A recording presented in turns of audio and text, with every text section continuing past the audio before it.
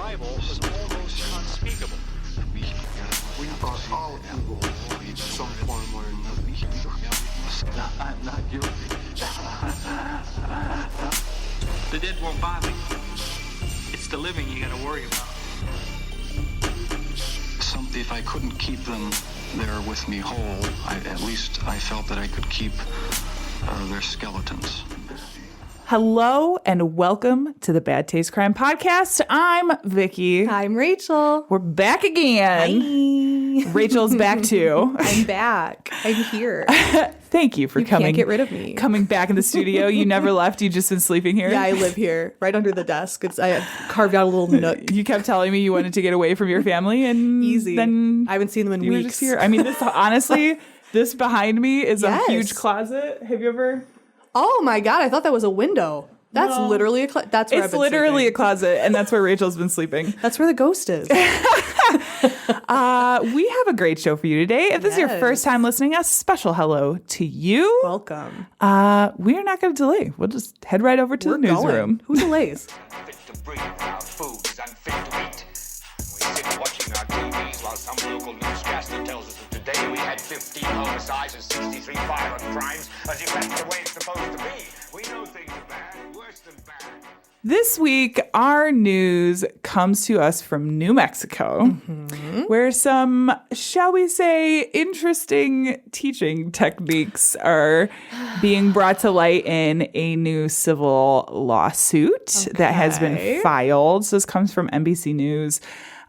So apparently, in a class at Volcano Vista High School in Albuquerque. Volcano Vista. Yeah, right. And this was in May 2022. Okay. Says that a chemistry teacher. Did he put the kids into a volcano? No. So Okay. he basically made two kids fight with like rapiers and swords. Did you hear about this? I did see this. Yeah. So essentially, this chemistry teacher, Loviata Mitchell, it says Mitchell took katana and rapier-style swords to school that day, had students rearrange desks to form a ring in the middle of class, and had pairs of pupils square off. And Sir. the two high school students that are filing this lawsuit say they got called in to fight, and one of the students struck the other across her right forearm, wrist, and hand with a katana-style sword, saying that this person suffered a large and deep laceration across her Yeah. right hand and wrist that I would is imagine so. inconsistent with a prop sword, claiming that these are actually like not props, that were they're just real? like real fucking swords. Oh. And she was 16 at the time that this happened. The suit also says that when it became clear that there was injury, Mitchell, the teacher, screamed, "I'm in trouble," and ordered the students to delete any videos they shot of the fights. I'm in trouble. She, Mitchell did also not immediately call 911. It took 20 minutes for the guardian of the student to be notified of the accident. God. They finally called 911 like 30 minutes after the initial like wound. And they took her to an emergency room. Do So you think that like she was in the nurse's office and she was like, take a Tylenol and lay down. Shut up. right, yeah. I don't know. Cool. And also, there was part of me that's like, so the chemistry teacher is like using katanas as like a learning aid. Like what? Yeah, when I was like, because I didn't remember that it was. I have heard of this case, but Yeah. I didn't know that it was a chemistry teacher. I Yeah. kind of thought like, oh, maybe it's like for gym or like for theater or something. So, excuse me, according to a school report that was included in the suit, the assistant principal described it as a lesson on metal and melding when the student accidentally cut the other student with it. Oh, whatever. That is so. Also said that there weren't any school rules violated. The student who got injured had to obviously have surgery and do physical therapy. There's also obviously mental health things that stemmed from this. Your teacher's just enacting battle royale in the classroom. Yeah. Now, I will say this teacher, Mitchell, was fired in July good. 2022. They didn't say why, but she was Probably fired. not related. Yeah.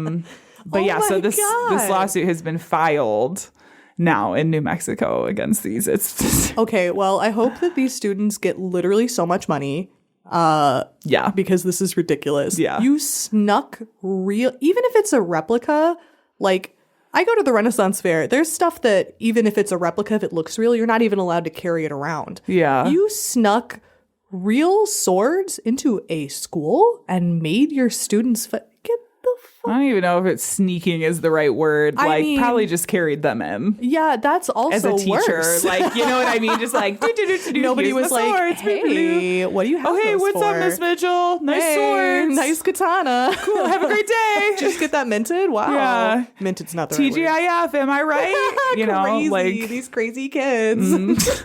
my God. Yeah. So that's happening. awful. We're going to move along to Netflix and Kill, which this week is another Max and Kill. We are talking about the truth about Jim, which I have some mixed feelings on, which is not normally I'm always like, this was great. This is fun. This is cool. So for a little background, Truth About Jim is a 4-part docuseries on Max.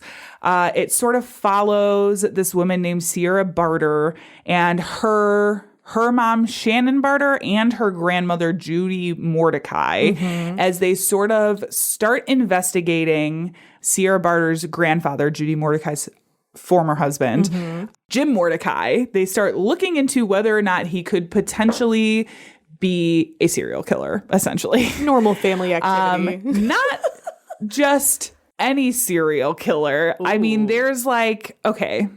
So there's connections to, because this is happening in California. So at the time, there was connections to the Zodiac that they sort That's of what I saw. looked into that, spoiler alert, do not pan out. Yeah, he's not. But there are some other, you know, more like highway killer series that have yeah, I thought that been had some unsolved. plausibility to it. That they're kind of like, well, potentially like these. Right. So it was an interesting concept because I will say, like, in the beginning, they very much have, I mean, he is known to have assaulted young girls. Yeah, some horrible, like, family sort of abuse. have affinity for young girls. Yeah. Harassing some of like the high school girls and stuff, like humiliating them in front of, he was a teacher, so like humiliating them in front of classes and stuff. He was also like known to fly into rages randomly. Like they talk about it as sort of a switch in personality where he'd be like, Big red flag. there's instances where he was like driving with one of his daughters in the car and he would just start speeding down the highway and be super angry. And you sort of have to like talk him down off of a ledge. And once you did, he was sort of like, oh, well, we're just going to like go home or do whatever. That's you know what I mean? such a Like classic like abuse description. That's yeah, horrible. Yeah. Almost like he wanted to see how far he could go. Right. Pushing boundaries. And he was married multiple times. And I think almost all of his wives said he was somewhat abusive. Yeah. Not somewhat, was abusive. Some of the accounts I read were horrible. These Yeah. poor women. Yeah. Yeah. So there's all of this like backing the sort of, so this docuseries sort of starts out as looking at this grandfather who, when she was young, the woman who's investigating, Sierra Barter, is what I said. She doesn't necessarily know her grandfather all that well because when she was young, by that time, her mom was like, we're not spending any time around this man. Good. Like, I don't want my young child around her or Good around decision. him.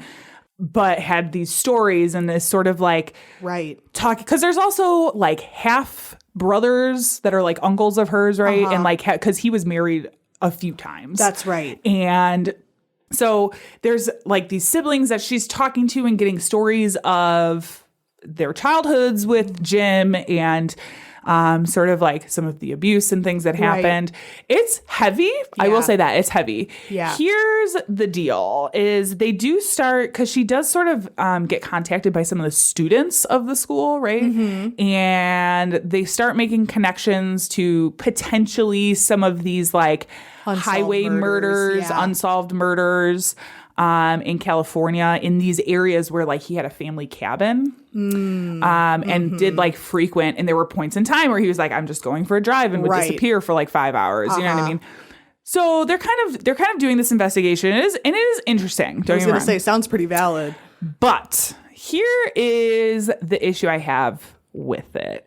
It definitely, there was a moment when I was watching it where I was like, is this a Max original or is this a Discovery original? Yeah. Because they're filmed, so like Discovery owns ID. ID shows and docuseries, I feel like, have a certain way that they're filmed. Yeah. That almost makes it more sensational. Not to say this stuff wasn't like horrible, right? But like the way that they film it is kind of like more, I don't even know how to describe it, like almost more MTV-ish. It's kind of like... sensationalized, definitely. Yeah, whereas Max stuff typically is a little more high production value, a little bit more like well put together. Cinematography. Yeah. So I had smoother. that... The vibe just felt a little weird. Okay. But also, there are these points where she, as the granddaughter of this man, is talking to like potential victims. One of them was a woman who had been a witness to, like prior to her friend's disappearance, like she had been hanging out with this friend. The friend disappears and then eventually ends up being found on the side of the road.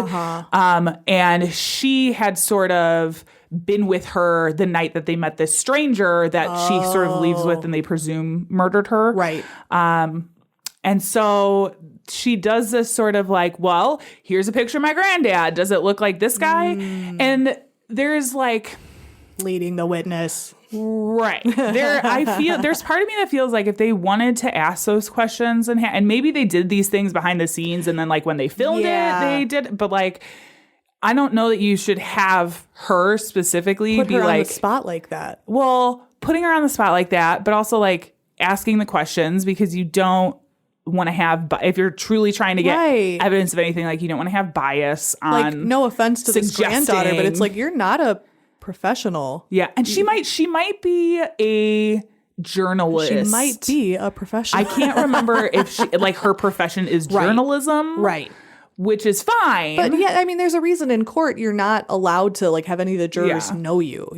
Personal bias is something you can't and she control. did at a certain point, she like connects up with this private investigator who basically tells her, okay, this is what you need to put together to take to the police. It was essentially a package, Very right? helpful. To put together to take to the police. Here's the evidence that you are going to have, like the physical evidence of things. This is what's going to work. This is what's not going to work. And it shows them sort of putting it all together and getting it together and going to the police to present them to be like, potentially my grandfather is a murderer, right? At most, but at the very least, you know, like a serial sexual assault person, sexual assaulter.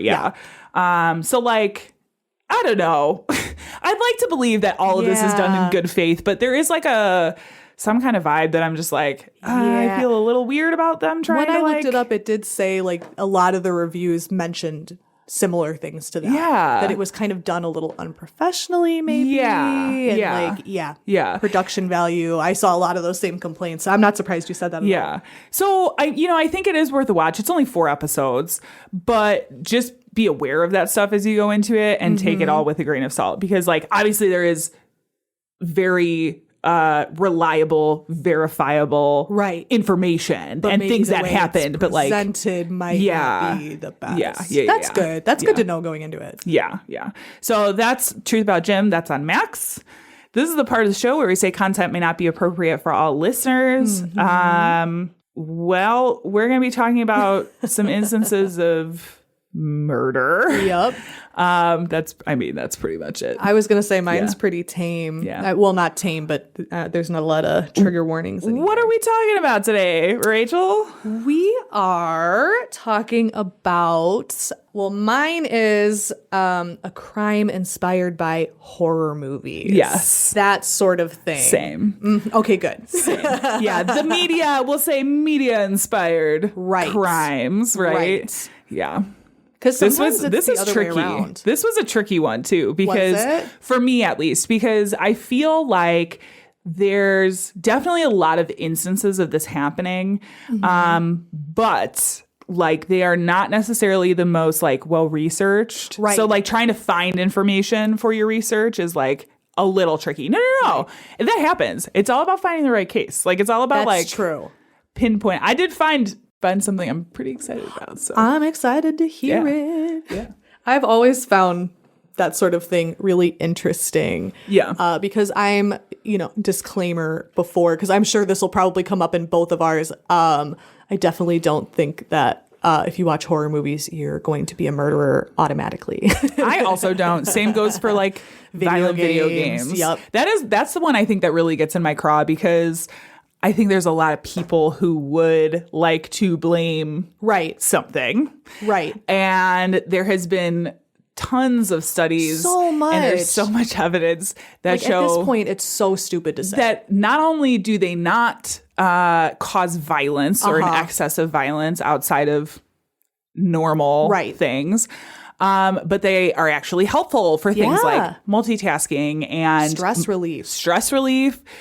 People who are like ADD or ADHD do really well because it sort of like focuses your brain on something. Yes. Like there was something about, I remember there was a study they did with a kid playing a video game that it helps with learning in some kids with like ADD, ADHD because of that sort of focus component. Like, so listen, y'all. Helps the brain multitask. Back off the violent video games. It's not that, shut okay? up. Maybe and just the like, movies.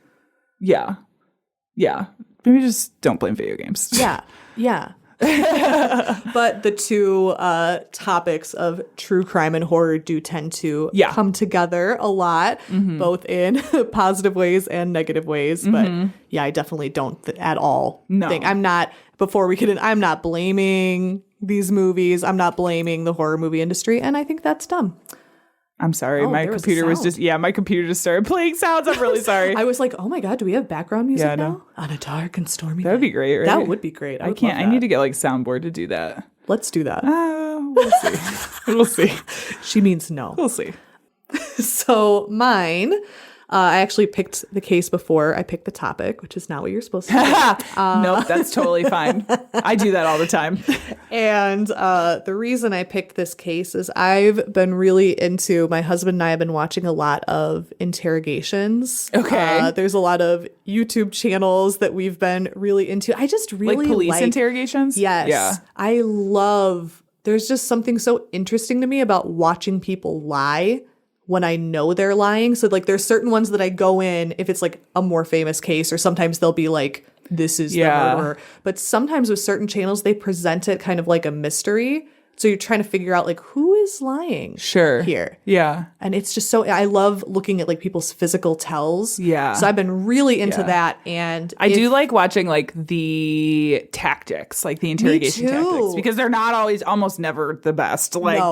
Like, morally questionable, ethically questionable, things, So that part of it too, I'm always like, what's happening here? But you're right. Seeing people try to lie is like, well, it's very interesting. Yeah. It's interesting to see how far people will go. Just studying up in case I ever have to be in an interrogation. or be a murderer. Or I would never. She would never get caught. Okay, I'm going to start this one off with a quote. Okay. We know if this conjures anything for you. What's your favorite scary movie? Oh my gosh. Classic. With this one simple question uttered by one of the scariest horror movie villains, the white masked killer, commonly known as Ghostface. Ghostface. The 1996 movie Scream would catapult itself into the Horror Movie Hall of Fame. Yeah. But nearly a full decade later, on September 22nd, 2006, the franchise, which had since spawned several popular sequels, I think they're working on number 7 I don't now, even, which it's is something crazy. like that. Yeah, I don't even know. And there's a show. There's noise outside. Yeah, ignore that. It's a ghost. We're being haunted. Don't worry about it. That's my new soundboard. Oh, I love it. Oh my God, it's great. Wow, the quality's amazing. It's like we're really in here. Yeah. The franchise, which had spawned several popular sequels, would again be thrust into the limelight, but not for the reasons that anyone expected. Okay. But what does the gruesome murder of 16-year-old Pocatello, Idaho high schooler Cassie Jo Stoddart have to do with one of the most influential movie series of all time? I'm gonna tell you. Oh boy. Well, Oh my for gosh. one, it sparked up a connection between two teenage boys, also residents of Pocatello, Idaho. Pocahontas. And Pocahontas, Idaho. And I'm drunk, you guys, sorry. And I don't drink. And fellow Pocatello, Idaho residents, classmates, and friends of Cassie Jo Stoddart, two 16-year-old boys, Tori Adamczyk and Brian Draper. Okay. Both boys had a certain fondness for horror movies, and it was said Scream in particular was one of their favorites. What a bonding movie. I know. What about, I mean, okay. First of all, I'm just going to say Matthew Lillard. Ooh, Still. absolutely. Yes, please. He is delicious. I do really love him. I do And like too. 13 Ghosts was like the thing for me that was so like. good. I really liked him in Matthew Good Lillard. Girls. Did you watch that show? No. He was really No. slimy. But now awful he's in doing that. like D&D shit Yeah, and he did making the whiskey Freddy Bear and movie. Yeah. The Five Nights at Freddy's. Oh, yeah. The Freddy Bear I was movie. like, Freddy Bear. Yeah, the bear movie. You know, that Oh movie my about God. bears. You know, It's the just all one. about bears. Paddington? No. Yeah, Paddington. Paddington Gone No, Wild. but I mean, I guess I could see how that would be kind of like a bro bonding movie in a weird Yeah, way. In a weird way. And I will say, like, I've definitely like befriended people like out in. I have a lot of horror movie merch and sweatshirts. Same girl. And I was gonna say I'm sitting across We're from the someone same. who has the same stuff, and with your I have a evil- pumpkin on evil my pumpkin shirt right now. I'm wearing a Beetlejuice shirt. It's Yeah. fine. Yeah. I've definitely like made connections on Yeah. like, oh, you like horror movies? That's fine. So that's not necessarily that weird. No, And especially no. for like two teenage boys. I mean, teenagers love to get an emotional reaction out of people. Yeah. So being edgy, it's just kind of down for the course. Yeah. But these two were not interested in horror in a normal way. Uh-oh. They were a little bit too interested. Oh no. Brian Draper in particular was said to have been like not popular, but well known. Neither one of them were like popular, but Yeah. he was just, a guy in the school. He was but everybody knew that he liked horror movies and that he would talk incessantly about horror movies. He would take up a lot Sure. of class time talking about horror movies, and he was always carrying around his notebooks because another thing that bonded the boys was not just an interest in horror, but an interest in film. Okay. They wanted to be famous filmmakers. They wanted to make the next big horror movie. And actually there was a contest, like a film festival is what I mean. So Okay. their plan was to write this movie together, shoot it. They were both going to be in it. Discovered? Are they going to get discovered? Right, Okay. exactly. Yep. Oh my You God. know, it Big always dreams goes when like you're in that. high school. Yeah, man. and it'll just be fine, and then you'll Yeah. be famous. No Yeah. problem. Don't that's even worry it. about That's it. They just That's all it takes. They had cast. That's why their- we're so famous right now. That's why you know who we are. Our poster's up on your wall. Oh my God. I mean, Dust it is that up on shit. my wall, but it's, Self-centered. it's my show. So I'm It's a good like, picture. it's fine. It's a great picture. So they were really, really, really into horror movies. Way too into horror movies.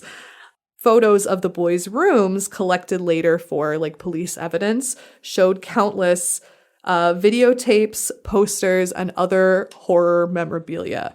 But apart from all of the normal, Scream poster, Halloween poster, whatever, they also had gloves and Okay. knives and stuff. Okay. Stuff that's maybe not as common to collect, Okay. I would say. Okay. So definitely their interests were a little grosser than just boy. Scream. Yeah. A simple school project would unite them, turning the two 16-year-old boys into fast friends.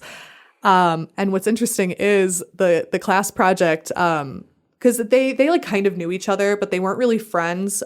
The project was between the two boys and Cassie. Okay. So they were all three in the project together, which I Yeah. just think is horrible. Yeah. And they ended up having to go to each other's houses, saw all the posters and stuff, and we both like horror movies, now we're friends. Sure. But they had more than just that. in common. They also had some fantasies that they ended up talking about with each other. Oh, okay. Not only did they want to make this next big slasher movie, they kind of wanted that to be their reality. Oh. And within a few Part of me was weeks- waiting for you to be like, they wanted to make it a snuff film. Well, Oh no! Oh no! Oh God, Rachel, no! This is something I'll have to try to circle back to that later because there's a little theory I have about the case. Okay.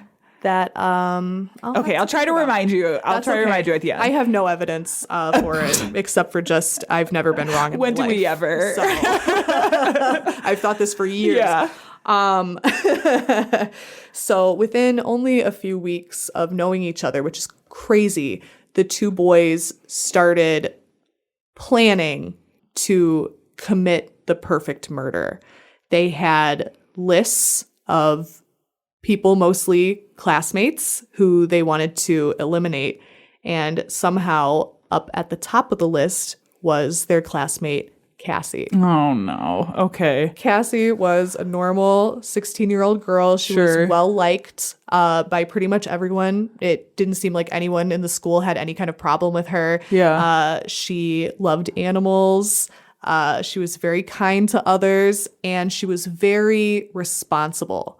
People would say that she seemed a little older than her years because she just had a really innate sense of what she's supposed to do. Yeah. So she was just this amazing person, and I don't know why she was friends with these two losers. Part of their filmmaking thing, another thing that Brian was known for besides horror movies, was he was always carrying a camera around because he wanted to film the horror movie. So I think there was always that kid in high school, like the kid with the prop. So it's either the kid with the guitar or the kid with the... So there's countless hours of footage of him shooting through the school with the camera. And what that gave to the boys was a certain camouflage for them to be able to talk about their quote unquote horror movie. Yeah. When really they were talking about the potential murder of their classmates. Whoa. There's that a is lot. really fucked up. I know this isn't for everyone, but I would highly suggest looking up the footage of these. I'll put it in my show notes. There's a really good documentary that a YouTube channel called Explore With Us did that like shows a ton of their footage. And there's a scene when they're skipping class, they're in the library, and they're talking loudly to each other about like, oh, you know, we're gonna do this, and we're gonna kill these people, and we're gonna be really famous, and this is how we're gonna do it. And like a teacher walks by, another student walks by, and they're smiling and laughing. You know, it looks like just an ordinary teenage boy conversation, but it's just a shame that nobody was like, maybe don't talk about that. Yeah. here? Yeah. What are you talking about? Yeah. Like, Ew, that's weird. That's how they kind of flew under the radar. Yeah. Which is not See, I feel cool. like now, that was definitely, because you said this was what, mid 2000s, right? It was 2006 yes, this or is something? 2006. Yes. Okay. So I do feel like that was still at a point in time where like, I don't know. I think now it would raise more red flags just because of I think so too. the things that have unfortunately happened in schools, and the tone around conversations like that in places like that is like changed rapidly because of you're not getting away with it now. All the fucking school shootings and shit in America. Oh my God. But I have a lighthearted story with that to share. Oh, great. Okay, cool. My son, my oldest son is in preschool, and he had one of those like little performances where they all sang, and it was really cute. Okay. Especially because they're all preschoolers, so it was like a dumpster fire. Like my son did not sing, and he just stared at me the whole time, like that get me sounds down from pretty here. on brand. It was great. But I was sitting with an old high school classmate who has a child in preschool as well. Little 4-year-old. He was so sweet, and we had crayons at the table, and I'm kind of watching him. Yeah. And I'm hearing him talk to me and I'm like, what, baby? And he's like, look what I made with the crayons. And he had arranged them into a shape. And I'm like, what did you make? And he's like, a gun. And I'm Oh, like, no. oh, honey. Yeah, we don't. I'm like, oh, We can't. let's not. And he's like 4. So he's like, I made a gun. And he was just like saying it as loudly as he can. I'm like, shut the fuck up. It was so funny. It's like talking about bombs at an airport. Like, my brother did that when he was a kid. We were going on a trip and he was like, I have a bomb in my backpack. And I was like, you can't do that. You cannot. Oh my God. Yeah. No, you cannot do that. Yeah. It was really funny. Little kids will just say whatever the fuck it was they want. I love that they have no filter. So kind of, except the greatest. when they point out all of your flaws and then you're like, I would have to have some, I think, in order for them to be pointed out. I wish I had your confidence, Rachel. Get out of here. Step You're like, one is I'm always lying. right. I'm perfect. I am God's gift to man. Come look at me. I've never told a lie. Except for the last 5 minutes. So these 2 boys, Tori and Brian, have been planning this murder, these series of murders in plain sight because they did only end up being able to commit 1 murder, but the list that they had was extensive. Oh, so they had like a full hit list. They had a full hit list. Oh, yes. no. Okay. And in fact, this is kind of, because it's all hearsay, it's a little hard to confirm, but on the night that they did end up murdering Cassie, they were supposed to go to a different girl's house. Yeah. And I think they said she ended up not being home. Oh, gosh. Okay. So you'll see as I describe it, it's sort of like they've planned it, but it's really sort of like an opportunity, like an opportunistic murder, which I guess is convenient if you've listed like so many of your classmates, you're going to run into somebody in a vulnerable position sooner or later. Right. And this is it. So on the night of September 22nd, 2006, Cassie, who would normally be at home, is at her aunt's house. They're on a vacation. Okay. And she said, it's kind of a big house. It's like a nice house. If you look at like the crime scene photos, it's really nice. Okay. And they have a dog. So she's watching the house, and she's dog sitting. So the plan is for her to kind of live there for a few days and then return home when her family is back in their house. But like any teenager, she's like, well, I'm going to have people over. So of course, she invites, she's better than me because I would have thrown a kegger, but she invited over her boyfriend, Matt Beckham. Okay. And then it kind of seems, now this is subtext, but she's a teenage girl. She's alone in a big house. She's inviting over her longtime boyfriend. And then these 2 boys also come. Tori and Brian also come. Now, it's said that Tori and Brian and Cassie were all friends. Yeah. But, like, wouldn't you kind of want to be alone in the house with your boyfriend? It I don't know. kind of sounds like he might have invited them, being, like, an oblivious teenage boy. Like, let's go hang out in this huge house. And she's like, I'm trying to get busy. Right. Like, yeah. Yeah. So that's subtext, but I'm just saying. Okay. I don't know. But they decided to come over and keep her company. This is at the aunt's house, right? At the aunt's house, yep. And since it was this big, nice house, she decided that she would give her boyfriend, Matt, and then Brian and Tori, she would give them a nice tour. Okay. So she took them all through the house, including down into the basement, which is going to be important later. Okay. Then they went up to the living room. They decided to watch a movie, Kill Bill 2, if anyone was wondering. Okay. It's a classic. Not I like Scream, the first though. one better. Yeah, not Scream. Okay. Which I'm surprised, honestly. I'm like, they should have put it on. It seemed like it would have been very, like, I don't know. They seem to have a flair for the dramatic, almost, like something that would look good on film. You know what I mean? Like plot points and things. Yeah. So, and hey, who knows? Yeah. I mean, it is a bloody movie. Yeah. Oh, yeah, Lots totally. of slashing. Oh, absolutely. Absolutely. Quentin Tarantino, red corn syrup squirting everywhere. So they watched part of the movie, and then Brian and Tori decided to leave early. They said that they were going to the movies. Okay. They were like, if we're just going to sit around and watch a movie, we're going to go and watch a movie in the theater. So we're going to go. Yeah. So the 2 boys left. Cassie and Matt stayed. Shortly after the 2 boys leave, the power cuts.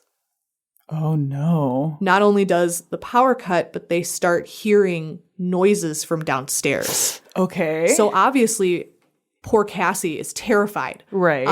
And no offense to Matt, but he didn't sound like, big and brave either, because all of the still noises, high schoolers. Of course. But it's like, you'd think you'd want to defend. Maybe. Because it did seem that all of the noises and the power going out and everything going on was kind of centered in the basement. Okay. Almost sort of like someone was luring them downstairs. Oh, God. But oh, no. Cassie and Matt, maybe they'd watch some horror movies themselves. They were like, no, we are not going downstairs. Good so they idea. didn't. They stayed put. Yeah. And eventually some of the lights got turned back on. So they were like, oh, it must have just been a power outage. Yeah. But they kept continuing to sort of hear noises. And of course, poor Cassie is like, I don't want to stay here by myself. And so she asks her boyfriend, Matt, to call his mom, very responsible, and ask if he could spend the night. Yeah. It's not really revealed why. I don't know. But his mom, Matt's mom, was like, I don't think so. She probably wasn't too thrilled about, these teenagers. My in this mom big would house. never in a There's no million way. years Oh my when I was that age. God. Absolutely Me not. neither. Shout out to Absolutely Eileen. not. Yeah, right? Love her. But she did offer for Cassie to come over to their house and spend the night, and then that's she would nice. drive her back early in the morning. That's super nice. But as we've already revealed about sweet Cassie, she was a very responsible girl. Yeah, And she was yeah. like, I have the dog here. The dog, by the Right. way, is freaked out and is Yeah. growling at the stairs. So she's Yeah. like, it almost seemed like, well, I have to be here for the dog. Like the dog's upset about something. Yeah. But she was like, nope, I said I would do it, so I'm going to stay here. Okay. So at Okay. about 10 p.m., Matt's mom came and picked him up. They said goodbye to Cassie and they left. Okay. Well, all right. It's not ominous. I know. As Matt leaves, he remembers, oh yeah, my friends are out at the movie theater. Maybe I can meet up with them. So he calls Tori to see where him and Brian are at. But it's a really weird phone call. He can't really hear Tori because Tori is whispering. Oh. So he keeps being like, what? Like, hello? Like, speak up. Like, where are you? Yeah. And he's like, oh, we're in the movie right now, which, that makes sense. Obviously, don't answer your phone in the movie Answering your theater. fucking phone in Don't the be movie that theater. person. Yeah. Hate those people. Yeah, I agree. But he's like, okay, he's in the movie. He's whispering. He just had to answer my phone call real quick. Okay, that makes sense. Doesn't really think anything of it. He's like, okay, if they're still in the movie, whatever, I'm just going to go home. So Yeah. he just goes home. Back to the house where now poor Cassie is all by herself. She's nervous. She ends up going all the way upstairs. She's like, I don't want to be down here anymore. Power goes out again. Okay. The sounds continued to be centered around the basement, including like items being thrown. It really seemed like something wanted her to go down there. But she was like, Creepy. yeah, I know. This is I so wouldn't. creepy. It's so, I feel for her so much. She Yeah. must have been so afraid. Yeah. But she stayed put in her room. Was Okay. just like, no, thank you. In the hallway by her room, she hears a door slam. Okay. And then she is ambushed by two killers wearing black clothes and the Scream ghost face. Oh my God. So they actually had the ghost face masks Yup. on. Yep. Yes, they did. Oof. Okay. And she was attacked with like a dagger like knife. They said it was kind of a particular knife and a hunting knife. Okay. And she was stabbed 30 times, and 12 of those wounds were considered fatal. So this was major overkill. Yeah. Major overkill. Yikes. This is a part in the story where it's really sad. Yeah. Because Cassie put up a huge fight. She had a ton of defensive wounds. She fought for her life. But Yeah. in the end, she was overpowered. I think that she ended up dying of blood loss just from Yeah. the multiple stab wounds. Yeah. But the next morning, her aunt and cousin returned home. Oh, no. Yeah, the cousin was pretty young, Yeah. so they saw her. At first, they didn't even know that it was her. It's a really sad. I don't ever recommend looking up things like this because I feel like it's No. bad for your mental health. Yeah, Mine's already in the yeah. toilet, so Yeah. but there is footage of the phone call Yeah. of her calling in, and it's just the confusion is so heart-wrenching. It's really hard to listen to. But you can listen to it if you want to. Yeah. So the police, obviously, as with any woman who is murdered, they suspect her significant other first. So they brought Matt, the boyfriend, in for questioning, but he was pretty quickly ruled out as being a suspect. They didn't look into him too much, but he did lead them to Brian and Tori. Okay. So this is what kind of interested me in this case is I was talking earlier about how I've been watching a lot of like interrogations. Yeah. The full police interrogation of both boys is on YouTube. Okay. So I watched a couple and it's fascinating. 'Cause Yeah. if you've ever watched an interrogation of like an adult, it's really cool to see how people lie. It's so much harder when they're teenagers. Yeah. Their emotional patterns are so different. Yeah. And it's Yeah. so interesting. And like, listen, if you're a teenager, you're watching, I love you. Teenagers are dumb.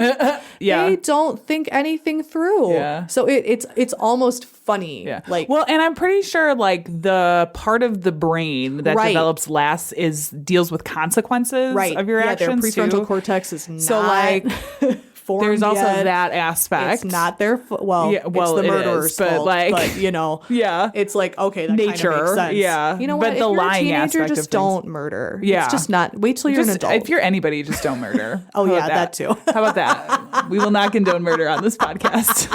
Oh, we don't. Oh, No. okay. No. News to me. No, I'm just No, kidding. sorry. It was in your writer. Oh, I didn't read it. I can't read. So there's pretty lengthy interrogation tapes online, and it's interesting to watch like sort of the pressure turn up. Yeah. Because at first they're interrogated separately.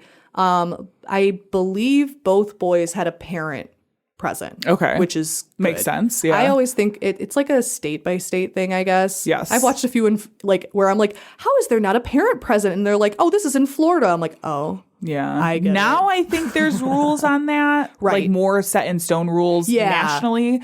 But I do think there is still like whether a parent is there or like an Victim's appointed advocate. guardian, Right. a victim's advocate. But even that, like sometimes, I mean, I've seen some really shitty victims I have advocates too. you know.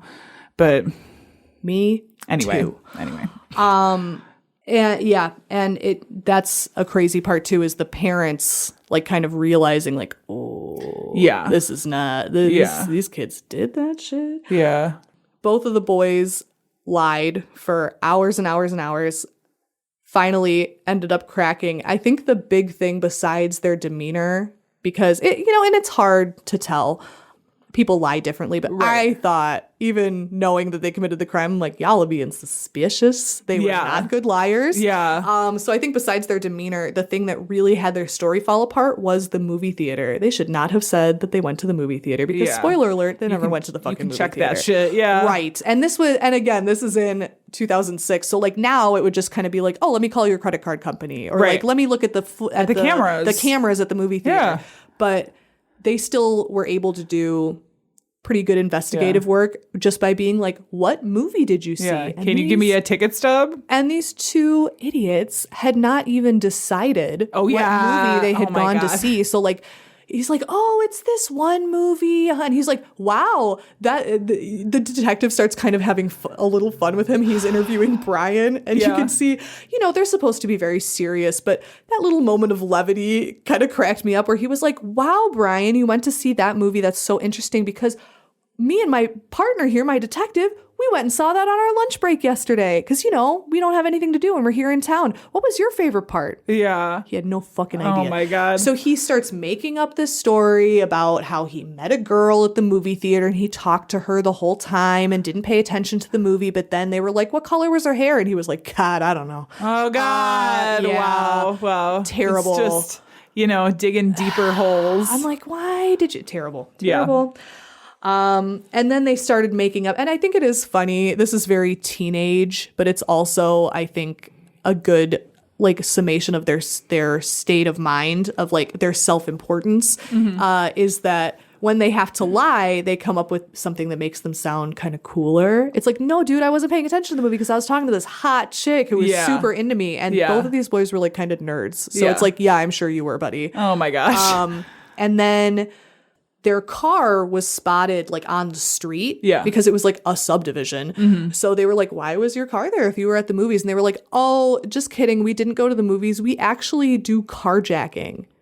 They're these two little like UV nerds. And they're like, yeah, sometimes we just break into cars and we steal stuff. But also, I don't know that like diverting suspicion away from a more major crime to a less serious crime is like a good it's not, but it's tactic. Actually a really common something I've learned from watching these interrogations is it's really common a lot of times when there'll be a killer and they'll be like, you killed her for sure, and it's kind of like, you did it, dude. It is what it is. The killer would be like, well, I didn't kill her, but I did do heroin there. And so it's like, I'm admitting a shameful thing. Like, and I helped move the body, but I didn't actually. Correct. That people think that if you admit something shameful, you're less likely to do it. So people are like, well, he's probably being truthful because he didn't want to tell me about the heroin. When it's like, girl, killed people. You see, you I mean, know?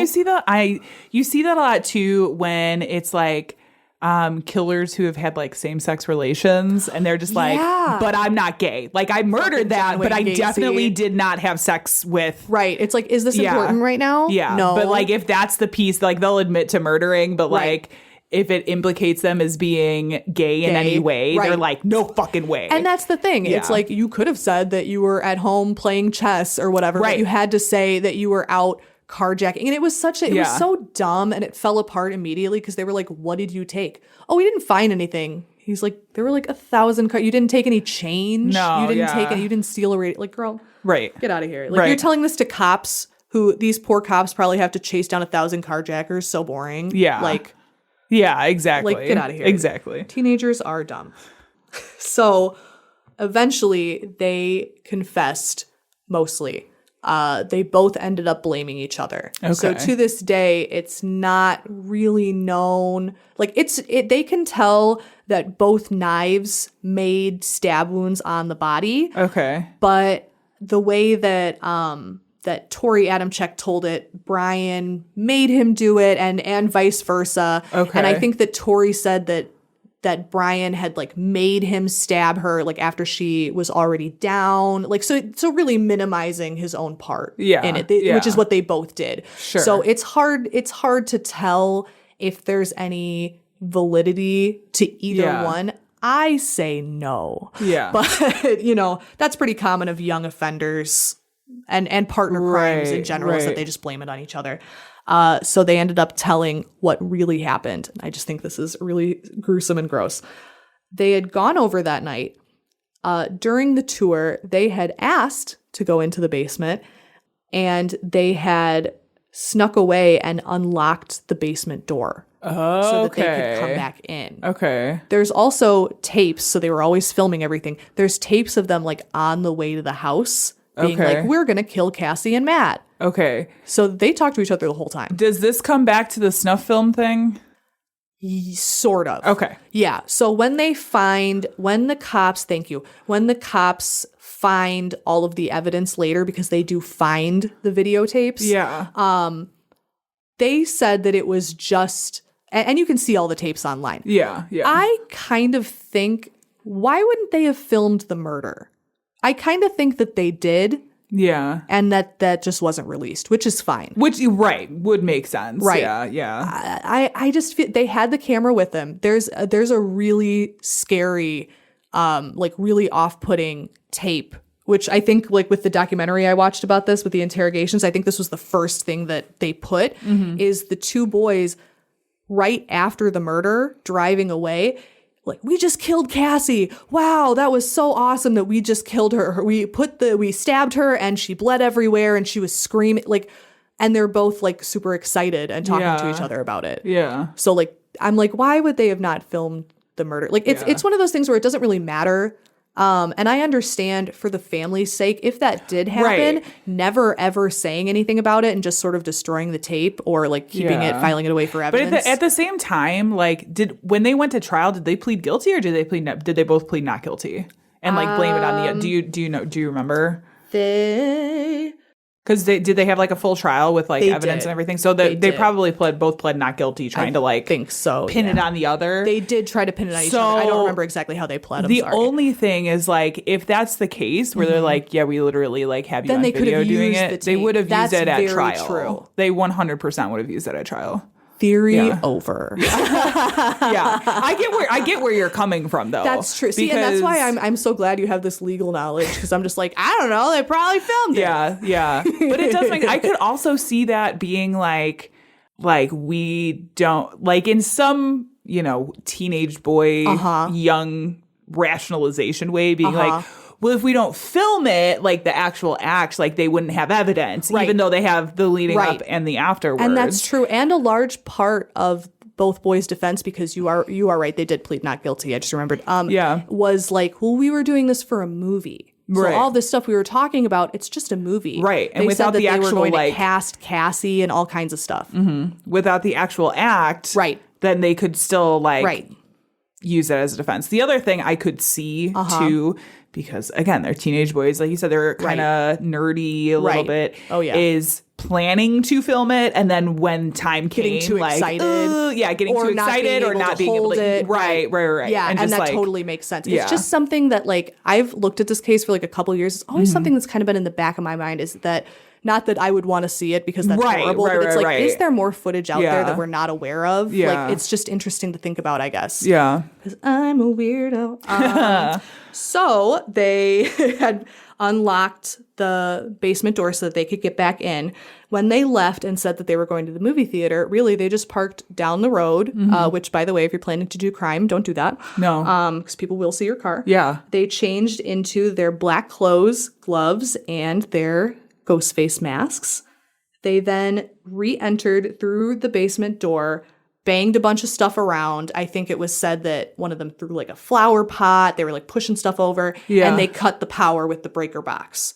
So they were specifically trying to lure both Cassie and Matt downstairs so Okay. that they could get them into the basement. So they would have murdered Matt had he been Right. in the house still. Right. And Okay. in some of the tapes, like leading up to the murder, they do talk about like, oh, is Matt supposed to be there? Oh, okay. Like then we'll get him too. Like it's Yeah. almost sort of like an afterthought. Yeah. I think that they plan to kill Cassie specifically. Yeah. There's a lot of like teenage drama subtext where Right, of course. Brian did admit, because the cops as soon as it was like, okay, you did something, the cops pretty easily were like, oh, you had a crush on her and she rejected you. Yeah. Which is what happened. And then it was revealed later that Tori also had a crush on her and was rejected. Yeah. So not Cassie's fault at all, but it's like that kind of is like, of course they were going to kill Cassie because they're these deranged, Right. and they're mad at her. Because in but their it's mind, like, she's the one that like that slighted rejected them. Right, Yeah. exactly. But it's like, That's hey, if so Matt's there too, ridiculous. then he can get it. Which Right. is like, geez, yeah. Right.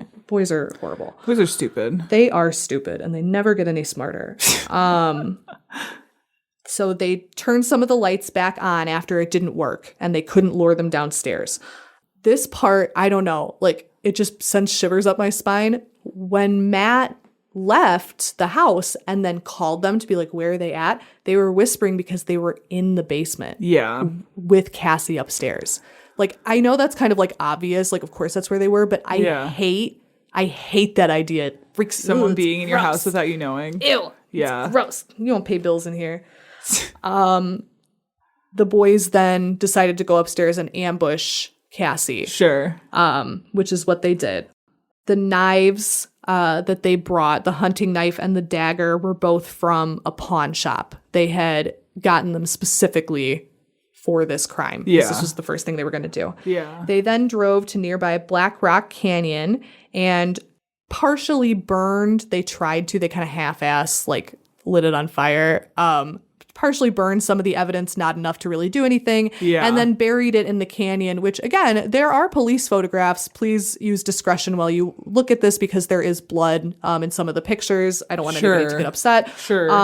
But you can see pictures of like their masks and the knives and the videotape, Okay. which I'm like, why would you not put like it with right the rest of the put it evidence. all nice and neat together, Little a little bow on parcel top, yeah. to the police, like children. Oh my gosh.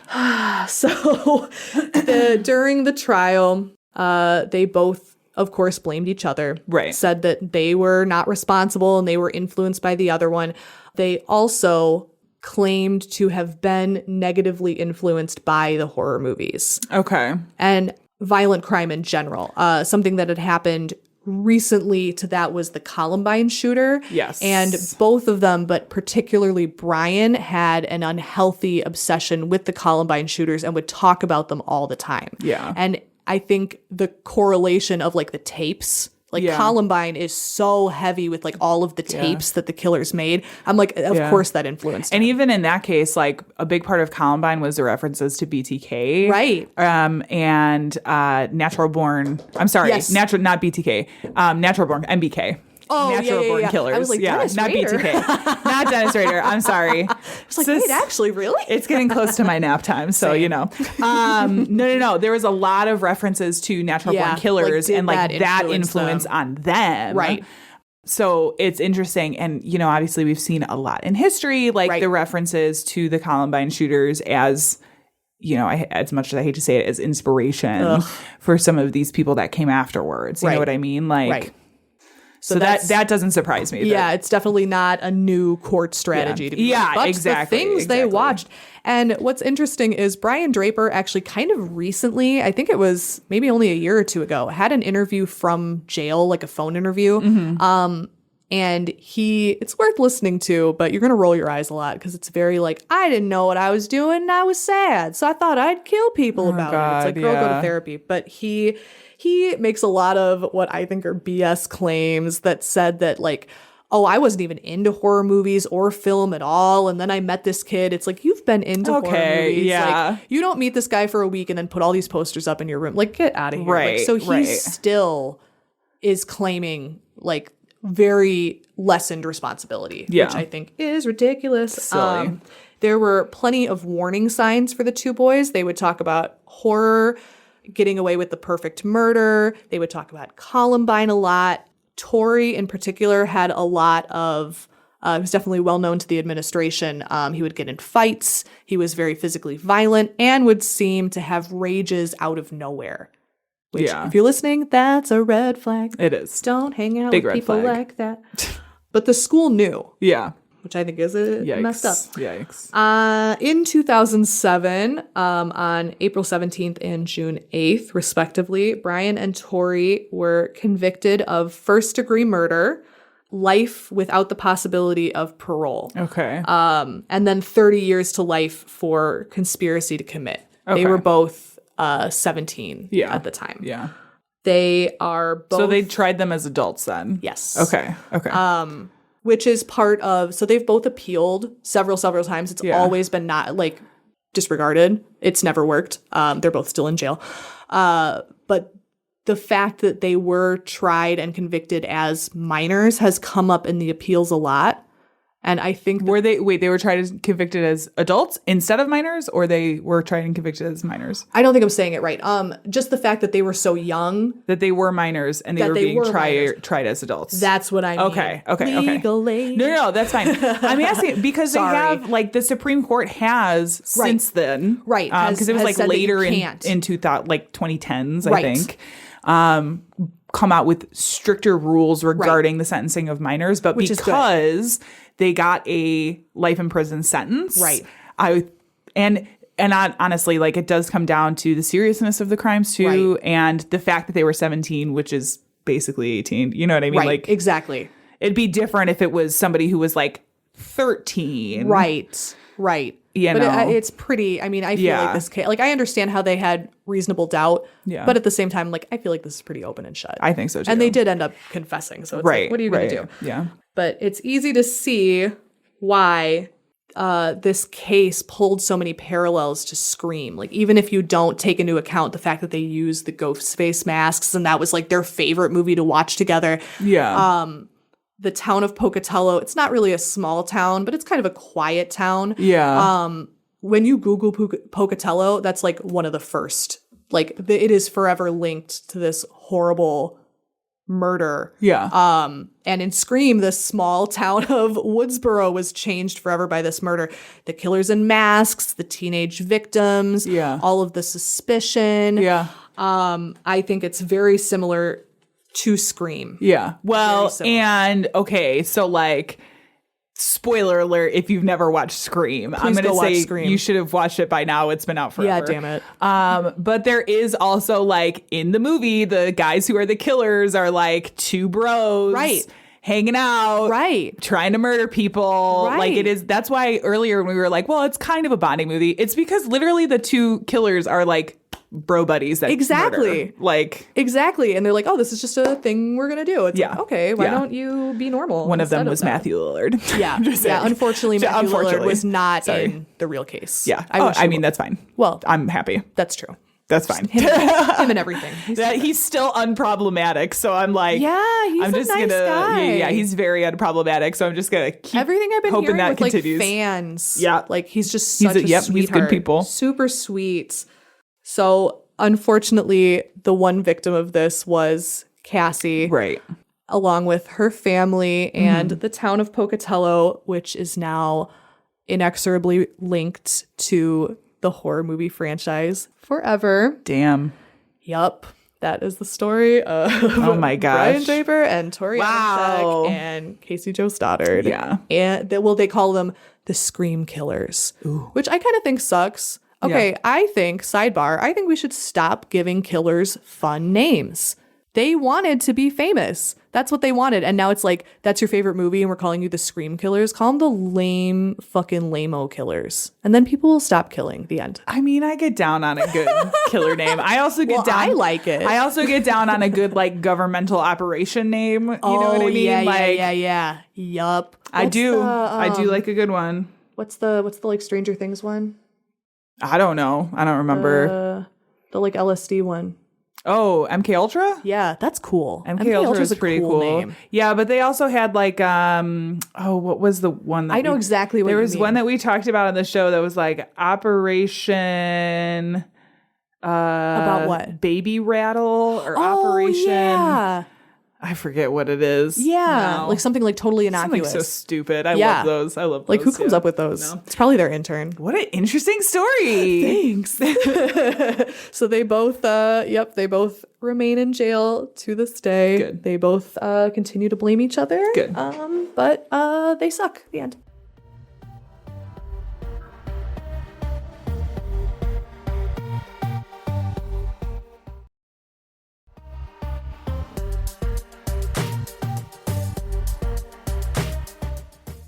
So I'm going to preface this by saying mine's a shorty. It's a Love little it. shorty. But before I actually get going into what I wanted to talk about today, Mm-hmm. I wanted to take a look, and I do this occasionally when I just like come I'm up with, excited. yeah. I wanted to take a look at something that I sort of stumbled on in my research. I went down a little rabbit hole. The best. Because people attempting to emulate movies Mm-hmm. specifically is like a lot more common than I would have thought. Like I, I said, know. it's not really like video games and stuff. It is movies specifically. The occasional TV show like Yeah, Dexter. Dexter. You know? I was just about to say Dexter. Yeah, but mostly movies. Yeah. But while I was like trying to decide what I wanted to cover this week, Mm-hmm. I tripped over something called the Matrix defense. Are you familiar with this at all? I think so. Like they, I mean, you could probably surmise. I was gonna say from what it's they're like, called. well, I'm not committing crimes because this reality isn't even real. Prove yeah, it. basically. So The dude bro argument. if you are like super young or just unfamiliar, The Matrix is a film franchise with the first film being released in 1999. Oh wow. The original Matrix movie, where essentially, and you can tell me if I get this, it's a little more complicated than this, but My husband would know this way better than me. essentially, you've seen The Matrix? Though. I've seen it. And you know, like Yeah. the pop culture references Yeah. and shit. So basically, AI takes over and imprisons humanity in a neural interactive simulation called the Matrix. Humans don't really know this. They're just like living their lives in the simulation, fake assuming it's lives. real. And occasionally people like break out of the simulation and they've sort of joined up in this group that is attempting to save everybody from being perpetually imprisoned in like this digital system. I think that was great. That's like the very like top level thing of the Matrix. Yeah. Obviously it starred Keanu Reeves, like, and a bunch of other folks. That one really hot 90s chick.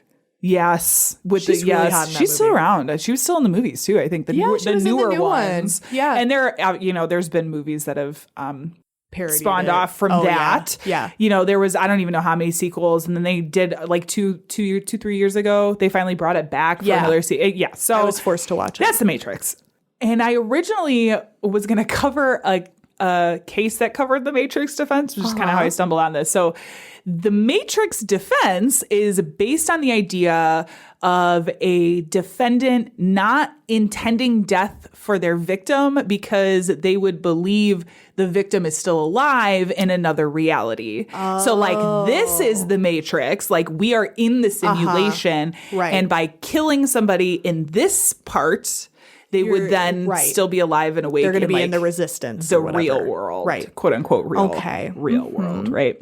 That's very silly. So this sort of led me to discover there's a bunch of instances where people have used the Matrix. I was about to defense. ask if it's a spoiler. Yeah. Don't say it. But has that ever fucking worked? Uh, Like ever? Like well, not as I would say, not as a straight up, Not as a not standalone. guilty. Okay. like not as a straight up, like not guilty. You're free to go. but it's like factored in. Right. So, for example, Tonda Lynn Ansley, who shot her landlord several times in Ohio Valid. in 2002, she claimed that she thought her landlady was drugging her, invading her dreams, and attempting to kill her. I hate when they do that. They used this is going to be weird because it's a lot of landladies too. So, Oh, I love it. they used the Matrix defense in her case, and she was found not guilty by reason of insanity. Okay. Mhm. Okay. Vadum Miseges, Yeah. who confessed to chopping up his landlady in San Francisco in 2000. What is with these landladies? I know. During his defense, he claimed the victim gave off evil vibrations and he was afraid of being sucked into the Matrix, and he was declared mentally unfit to stand trial. Fair. Okay. So this is what I mean by like not a straight up, like not guilty. That makes sense to me, though. Okay, good. You're laughing at the evil vibrations. I am. You That's give like- off evil vibrations. I was gonna say That's my vibe. I was already Evil. wifed up by the time like Tinder became a thing, but Yeah. I think evil vibrations would be my Tinder bio. Oh yeah, evil I give off vibrations. evil I like that. I vibrations. should use that. I You can make it my should. Tinder bio. This is how Vicky found her husband. Oh God, it's probably how I find evil a vibrations. murderer. Perfect. That's how they're gonna find me on Tinder. Perfect. In 2003, Joshua Cook shot and killed his adoptive parents after looking at a Matrix poster. So That one. I know. that is not like the ultimate precipitating factor in like him killing his parents. He had been watching He had a break with reality. something else. Yeah. And then like the last thing he looked at as he was leaving the room was the Matrix poster. It was like, whoa, it's all there. Yeah. Imagine if it had been a different poster. yeah. If it had been Paddington, he probably would have been Dune. fine. Yeah, right. So his attorneys were planning on, because of that, his attorneys were planning on using the Matrix defense, but he ended up pleading guilty. Oh, okay. Like, good. so they didn't even get that far. And then probably one of the most well-known cases, which is that of Lee Malvo, who was one of two of the DC snipers in 2002. Oh, So in total, Malvo and his accomplice, John Malvo, gunned down 30 people. It was father and son, correct? Yes. That Yeah. case makes me mad. And following the shooting, Lee Malvo, from his prison cell, he shouted, "Free yourself from the Matrix." He told the FBI to watch the movie if they wanted to understand him. I'm pretty sure that one had some like conspiracy theory extremism, like right-wing extremism Yeah. stuff in it too. Yes. Like that was more of like the red pilling thing. So they Which is mental illness in and of right. itself. Right. So they both went to prison. They're still in prison. They got multiple life sentences for all of that. So the Matrix offense is I just find it really interesting that this is this idea that keeps coming up. And it is a very modern idea, right? Like, they were not talking about living in a simulation in like 1980. You know what I mean? I was. You were not even a sparkle in your parents' eye. How dare you? Never been a sparkle. Oh, me neither. Me neither, girl. So the Matrix defense is actually said to be the descendant of the taxi driver defense. Oh, I don't know what this is. It was used by John Hinckley Jr.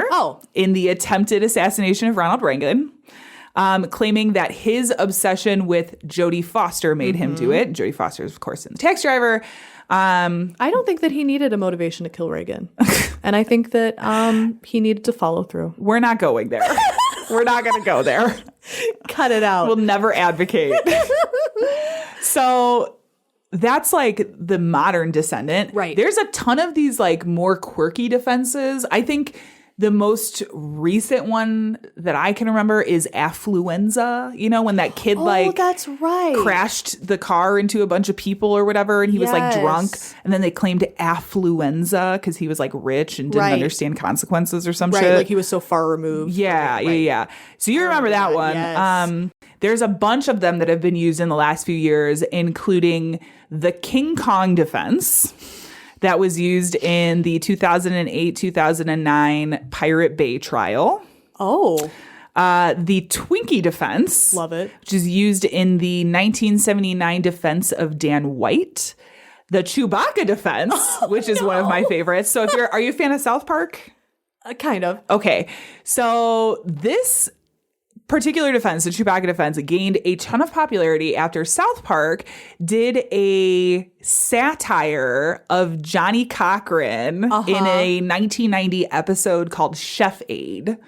And it's this idea of like not necessarily disproving the prosecution's case, but confusing the jury so much that they err in your favor. Wow. Which is pretty much what he did in O.J. Simpson. So, Right. So that's the Chewbacca defense. And then finally, crazy. The Shaggy defense. The rapper or the Scooby-Doo character? Well, it is named after Shaggy's 2000 hit single, It Wasn't Me. Famously used by R. Kelly in his defense of peeing on women. So, like, that's cool. This is like the rabbit hole that I went down. And again, you know me and legal things. I was just like, I love this. This is so interesting. Yeah, it feels like something that can be attached to so many different things. It's just kind of that idea. Yeah. And these are not necessarily like officially recognized defense strategies, right? But because of their being used more than one time at least, right? Like they do get these sort of nicknames for being kind of, you know, quirky. Right. The quirky defense. Quirk. So with all of that being said, I wanted to look at a very early example of a movie defense from all the way back in the 1920s. Oh, wow. So this is the era of silent films. Are you like a big like silent? I get that vibe from you. Yes, I do. Offended. It just is a thing. It's just a thing. It's totally the a fact thing. is you're a 90-year-old woman in a 30-year-old's body. I so am. like I should crochet, but I don't know how. I can't figure it out. I'm gonna learn how to crochet. I can't That's get my past next the goal. chain. Yeah. No, I do, but I do feel like you would be into sort of the silent film, classic film era. I love that Old kind Hollywood. of. I used to work at a theme park, like a historical. She knows what I mean. It's this local. It was a Western theme park. Yes, theater kid. Don't think like Six Flags theme park. Yeah, no. Think more like a fourth of the size and no roller coasters. There is a roller coaster. Was there a roller coaster? There was a roller I coaster. truthfully had never gone to that side of it. Wow, canceled. It's gone now. It's so gone who wins now. that fight? But it was like a historical Wild West, historical kind of quote unquote white American historical. We'll say yes. Wild West themed, very Cowboys and Indians. Yes, deal. Yeah. Yes, yes. Like my Vietnamese brother played the chief of the Indians because he was the only non-white person who worked there. God. Yeah, really bad. I don't condone it. Horrible. They told him to speak Indian. Oh God! Just mumble and cross your arms. I'm like, that's bad. Oh no. Okay. we can get that out. But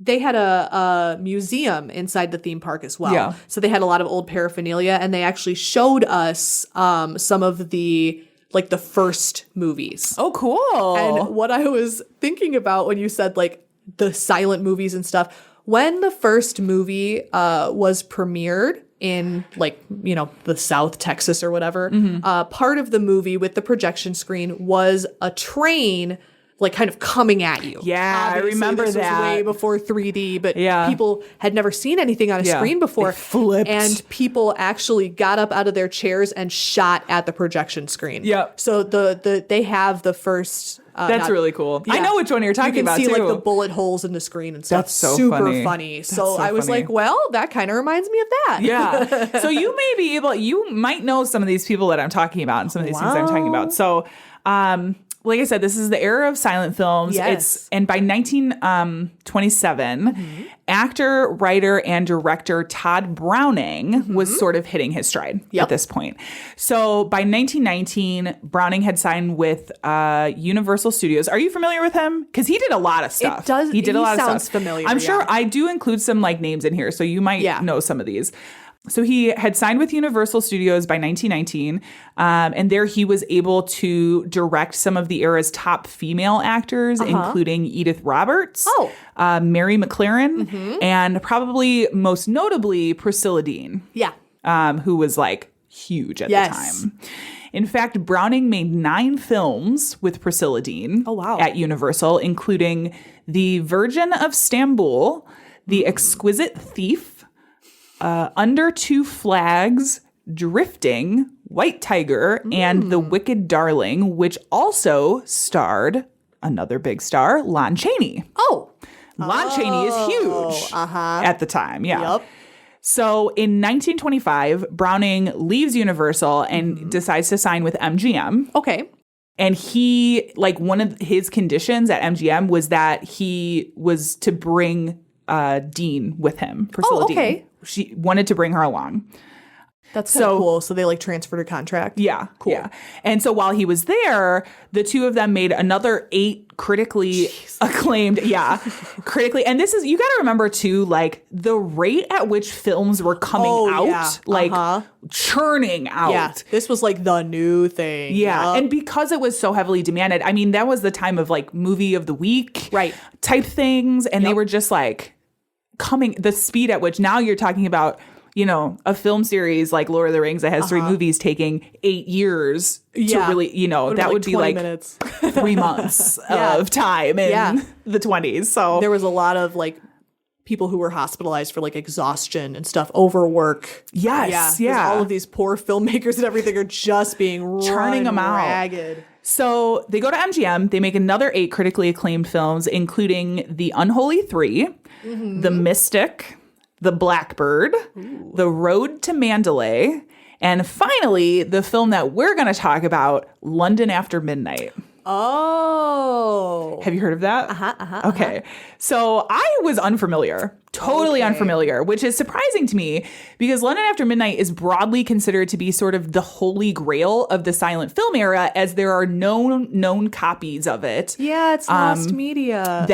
There's no known copies of it that still exist. So sad. In 1965, an electrical short in Vault 7 at the MGM backlot ignited the highly flammable nitrate films, killing at least one person and destroying the entirety of the vaults, which included the archived prints of silent films. Right. There's a ton of shit lost. Yeah. I feel like history nerds are the Library of Alexandria. Yeah. That's how I consider that as well. Yes. It's such a loss. There's certain actors and actresses whose entire filmography was completely wiped out, so we have no record of them, which is just so tragic. Yeah, it was just the entire thing. Remind me to back up my hard drive. Yeah, right. I know it's truthfully hard to fathom that happening now because now, one, especially with media, everything is digital for the most part, or if it's shot in something analog, it's converted to digital. Right. And we have backups of backups of backups of backups. Yeah. The second something hits the internet, you will be, for the most part, be able to find that thing forever, Which is good. Yeah, it's super good.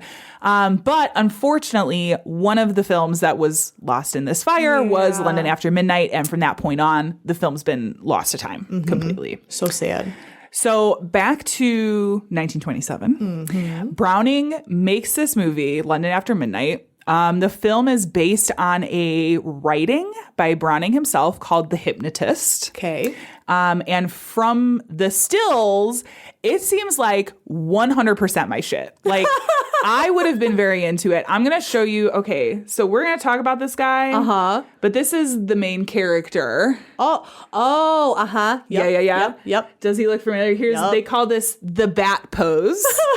Okay. It's looks like the Babadook. Yeah, if you Google London after, he does kind of look like the Babadook actually. Yeah. If you Google like London After Midnight, and this is Lon Chaney in this. Yep.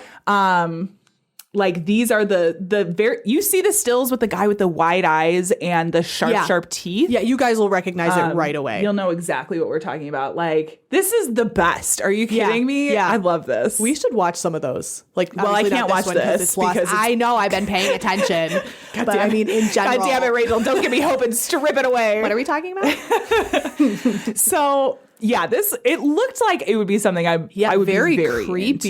Yeah, and I did try to like find the shortest plot synopsis that I could, because some of them just go on and on and on. Yeah, they're a little batshit. Yeah. And so I found one on Silentology, not Scientology. Oh, good. Silent, like silent films. Silentology. Oh, that's cute. It's cute until it's like, well, it's really close to Scientology. Maybe we should change Right. it, but it's fine. So they actually had like the best synopsis. So here's what the movie was about. Quote, Roger Balfour is found dead in his mansion of a gunshot wound, the apparent cause being suicide. Dun, dun, dun. The mansion sits vacant for 5 years and then gets 2 spooky tenants. They're suspected to have played a role in Balfour's death, and Inspector Burke is summoned to solve the 5-year-old case. He believes hypnosis can be used to make murder suspects relive past events. Okay. It's very problematic now. It's like past life regression. Yep. And soon he's able to solve the mystery of Balfour's death, and we learn just who the spooky tenants are too. End quote. So that's like the movie. Okay. Sounds pretty good. Yeah, it it is does sound silent good. film, but it sounds pretty good. Yeah. But the movie itself was not actually as popular as Browning and Chaney's like previous work. Oh. With a lot of the critics saying it was sort of a step down from his previous work. Bummer. But it still managed to make over $1 million at the box office. Right. Which is huge for then. I was going to say. I think the production, I remember seeing like 250,000 to make it. Oh, wow. So they gained a lot back. Yeah. That's awesome. And $1 million in 20's time is like billions. Yeah. You know. All the money. So flash forward to a year after the release of the movie. Okay. Police discover a man named Robert Williams in London's Hyde Park on October 23rd, 1928. Okay. Williams was found lying next to the body of his girlfriend, Juliana Mangan, and was disoriented and holding a razor covered in blood. Doesn't look good. When he finally came to and saw police were standing there, this is from Ranker, quote, Williams pointed to Mangan and cried, "I did it. She has been teasing me." Oh. End quote. Okay. Obviously, things did not look very good, and police arrested him immediately. Why? I don't understand. He's not suspicious at No. all. Blood? Whose blood? Not my blood. mine. Yeah. So that's kind of weird. Very strange. So later, Williams goes on trial at the Old Bailey, where he attempts to use the movie London After Midnight as part of his defense. So Williams, The movie made him do it? I mean, pretty much, yeah. Wow, so Williams claimed that he had proposed to Mangan, but she had said no. And it was interesting because some of the research was like, well, they were friends and then he proposed to her, but I know that's like a courting thing. Right. You know what I mean? But you it's didn't really implied like that maybe she was date. like, whoa, I didn't. Yeah. Well, I think they that. were dating, but she just Okay. didn't, I don't know, she didn't want to marry him. So she says no. She was like, I just wanted free lunch. Yeah. And the last thing that he remembers was hearing Mangan whistling. Again, from Ranker, Williams said, quote, "Then I felt as if my head were going to burst and that steam was coming out of both sides. All sorts of things came to my mind. I thought a man had me in a corner and was pulling faces at me. He threatened and shouted at me that he had me where he wanted me." What? Oh my God. Weird. Yeah. Williams then claims that he saw visions of Lon Chaney's character, the man in the beaver hat, which is the wide-eyed, iconic, pointy-toothed guy. Yeah. So he said this character, and he was in the film called The Man in the Beaver Hat, he didn't have a name, appeared to him, telling him to, quote, "carve up a woman with a razor," going on to say the character physically appeared before him and forced him to kill Mangan. That was from Den of Geek. So why would Lon Chaney do that? fucking Lon Chaney. He's a national treasure. I love him. Attorneys for Williams defended his actions by saying the man in the beaver hat character was so terrifying in the movie that it drove Williams to insanity. Wow. Which I could see. Now I wish we could watch it. I know. I wanna see how scary it was. I know. And they weren't. I mean, it's the 20s. It's not like they're watching, blood and guts. So it might have been really scary. And at that's the time. thing. Like I could totally see that being an accepted defense because like movies and entertainment like that were still so new Right. that when you saw stuff on the screen, like I feel like the line between reality and cinema was Right. way more blurred back then. Now it's like, okay, obviously We we're know going it's to a the movie. movies. We know the technology and everything. But like, But even like as recent as like, what was it with The Exorcist, the 60s? Like people were throwing up and fainting and, having a heart attack. So it's like, yeah, people can definitely be influenced by what they see on screen. well, and there's the classic example of Orson Welles and War of the Worlds on the radio and people being leaving like, their homes "Oh and- my God, aliens are coming!" Like, I'm sorry, I think that's so funny. yeah. I mean, it happens. Listen, I've always loved that. I know. Like, I don't think it's beyond reach for at least the public. Like, if you were in a jury trial or something, for the jury to be like, yeah, I mean, I could see being so scared by this movie. Yeah. Like, some of them probably have seen London After Midnight. And Right. they Were like, yeah, that it's shit really fucking was scary. Yeah. So, like, I could see that being an accepted defense. Yeah. But the jury hadn't seen the movie. Yeah, right. So they really go to jail. Now, this is likely like one of the earliest times that media entertainment was used to back a defense in court. Wow. And at the end of the trial, the jury was hung. So clearly, like, some people were like, I heft mean, to maybe it. he isn't, this movie maybe did make him insane. Who knows? Yeah. Now, the following year, in 1929, Williams went through a retrial using the exact same defense. Well, they were a hung jury. So, Oh, that's right. Yeah. So they used the exact same defense as they did the first time. But this time, the jury found him guilty and sentenced him to death. Sheesh. A later review of his conviction resulted in Williams' sentence being reduced to life in a mental hospital. Fair. Okay. And it seems like it seems pretty clear that Williams was responsible for Mangan's death. Like, I don't think there's any disputing that. But there was also, like, clearly a hurdle in convincing a jury that a film made him do it. Right. You know what I mean? Right. Obviously, with that first hung jury, people were still conflicted.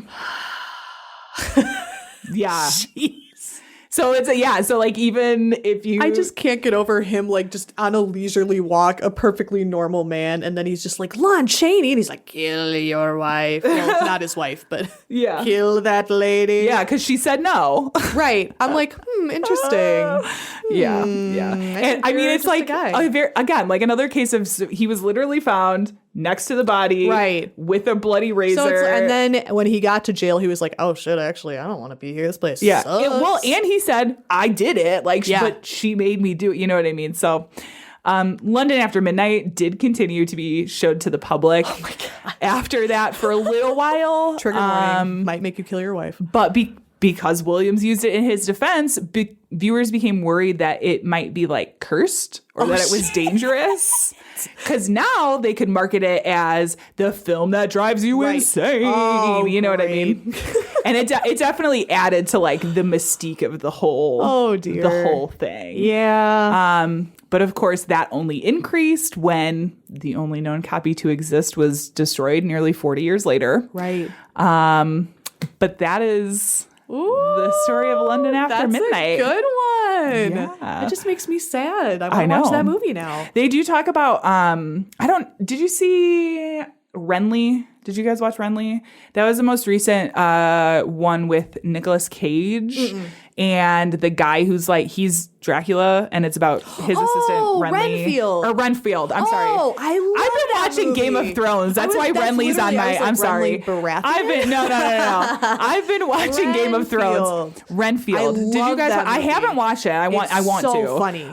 But they do talk about his, Nicolas Cage's teeth in that movie are modeled after Lon Chaney in London After Midnight. So like there's still an influence They're that it keeping him has. alive. And they did a few years ago, I want to say it was in like the early 2000s, maybe like 2002. And I think it had to do with TMC, Turner Movie Classic. Okay. Somebody attempted to put together the closest reconstruction of what the movie would have looked like that they would have gotten from like stills and that would stuff. be And that's like the great. closest thing. I saw it on YouTube. I'm going to try to put the link in the show notes. But like, it's interesting that people are even going to that link because it literally is going to be like the closest thing you can see. Right. Because you'll never, like, you will literally never see makes the me movie. so sad. Yeah. That makes me so sad. That's awesome. That's a good one. Thank you. So before you try to use a movie as a defense for doing some bad shit, Don't do that. don't do that. But maybe check out this podcast. Yeah. Hi, I'm Ellen, and I'm scared we exist in the Matrix. I'm Jaslyn, and I'm bad at ad-libbing. And you're listening to High Expectations, the promo. For our international listeners, you can appreciate our cute New Zealand accents. For our local listeners, you might bump into us in the street 3 times in the same hour. Our podcast is about pop culture, Sexuality, relationships, interesting hobbies. banter, and ragging on each other. You can find us on Apple Podcasts, SoundCloud, Pocket Casts, Podcast Addict. or anywhere you might like to find podcasts. Yay, please subscribe. Goodbye! Hey guys, I'm just going to jump in really quick to say we have decided to take April off for our own mental health and sanity. So we will be back with brand new episodes in May. We will see you then. All right. Well, that has been our show. It has. Thank you so much for coming on again, Rachel. Anytime. It's been great having you. Oh, it's been great being here. I'm having a great time. No idea what is going to happen. So, Who does? Yeah. Except me. Yeah. I know everything. as we've discovered, Tiff she wouldn't tell me. Yeah, no. But it has been a joy having you on. I really, really appreciate it. I It's been a lot of fun. appreciate you. Yeah, stop it. No. Yeah, I appreciate you. I appreciate Stop. you. Stop. We do not have anything coming up as far as I know, but keep an eye on our social media for any updates. Yeah. If you liked this episode, you can find more just like this at badtastepodcast.com. But for now, our sound and editing is by Tiff Fullman. Our music is by Jason Zakshevsky, the Enigma. This has been the Bad Taste Crime Podcast. We will see you in 2 weeks. Goodbye. Bye. Their bodies on the hillsides along the highway.